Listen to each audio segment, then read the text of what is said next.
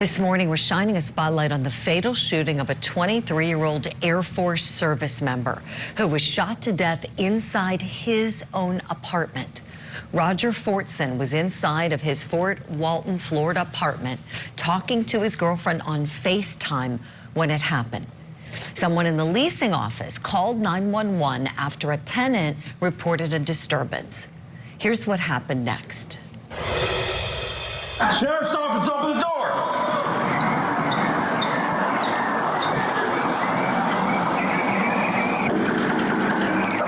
Sheriff's office, open the door! Step out. Drop the gun! Drop the gun! He's over there. Drop the gun! I don't have it. 312, shots fired. Suspect down. Now, the sheriff's office says that the deputy acted in self-defense because Fortson was holding a gun when he came to answer the door. Ben Crump, the attorney for Fortson's family, says that the deputies went to the wrong apartment. But the sheriff's office denies that and says that the deputies went to the apartment that they were told to go to. However, it's unclear if Fortson was the person that the 911 caller was initially calling about. This is so sad, and there's so much to unpack with this. I mean, a life lost in just a matter of seconds. We have two law enforcement experts we want to bring now to analyze what we've seen on the body camera footage, and we're going to also play that FaceTime call that Ben Crump released.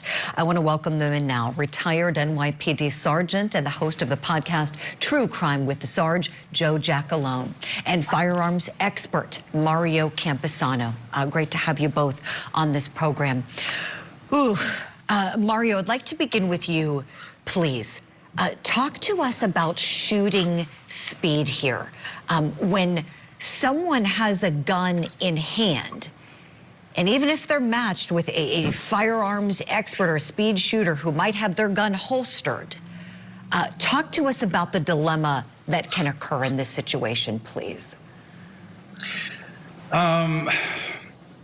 One of the things I look at in this situation is adrenaline. Adrenaline is a key factor that causes a lot of these issues to sometimes go awry.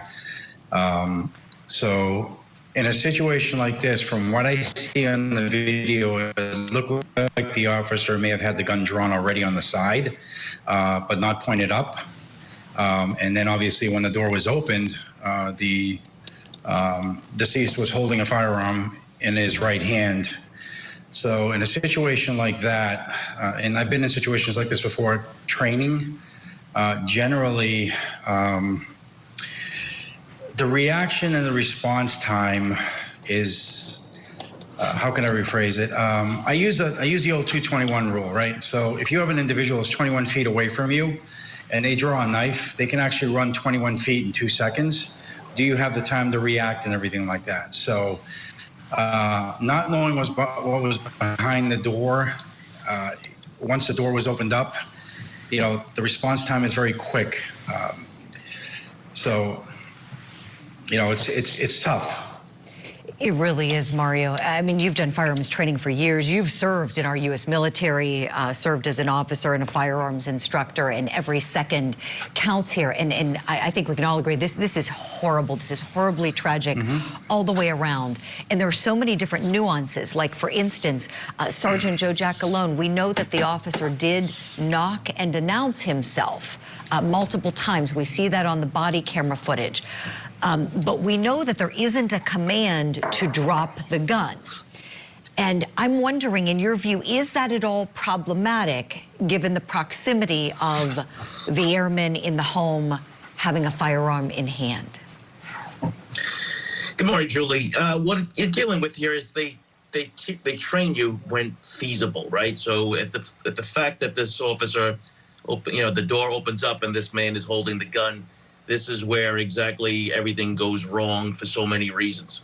Now, I think that the officer had his gun holstered at this time, because when you can hear it click out, what we call breaking leather, and that could also have been part of the issue where he actually uses good tactics, right? He knocks on the door, he stands to the left, he stands to the right, he's not standing in front of the door. No, people online are saying, well, they should have been right in front of the door. No, you don't stand right in front of the door, because if somebody does have a gun on the other side, they can shoot you straight through the door. So the idea is that you knock on the door, and those peepholes have that 180-degree angle. And you know what? I mean, the person feels that if their house is being invaded, don't open the door with a gun. Go retreat to your house, call 911. Call 911. That was the last thing we heard you say, Sarge. We were losing your signal there. But thank you for that excellent points. I want to show you and Mario this portion of the FaceTime call. I mean, just think about this. This young man, 23 years old, he's on the phone with his girlfriend. They're doing a FaceTime, and Ben Crump, who's representing his family, released this portion of it. Let's take a listen together now. Hang on, man. We got EMS coming for you. Don't move. Hey, we're good. He had a gun as soon as you open that door. So we didn't get to see all of it. He just, again, chose to release a portion of it at this time. Mario, when we think about a threat versus verbal commands, as the sergeant was just saying, you're trained to give what you can under the time constraints. And I know you train law enforcement officers, you know, about these things.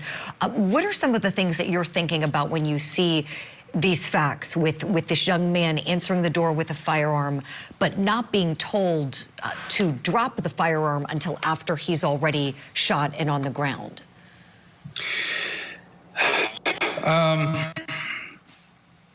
We look at a situation like this, we call, you know, Joe, I'm sure you've heard about this, you know, called breaking the plane, right? When someone actually lifts their firearm to make an attempt to shoot you and everything like that, where he had his firearm down the side. Yes, the officer should have given the command to drop the firearm and everything, but that didn't happen. That's what disturbs me the most.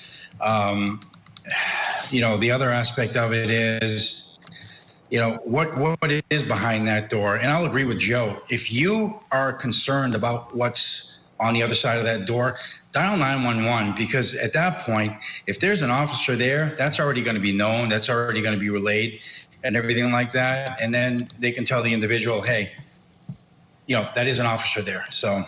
Right. That's excellent advice from you and the Sarge, Mario, because answering the door with the gun is problematic, you know, and I'm certainly not blaming this airman. You know, we thank him for his service. Our hearts go out to his family.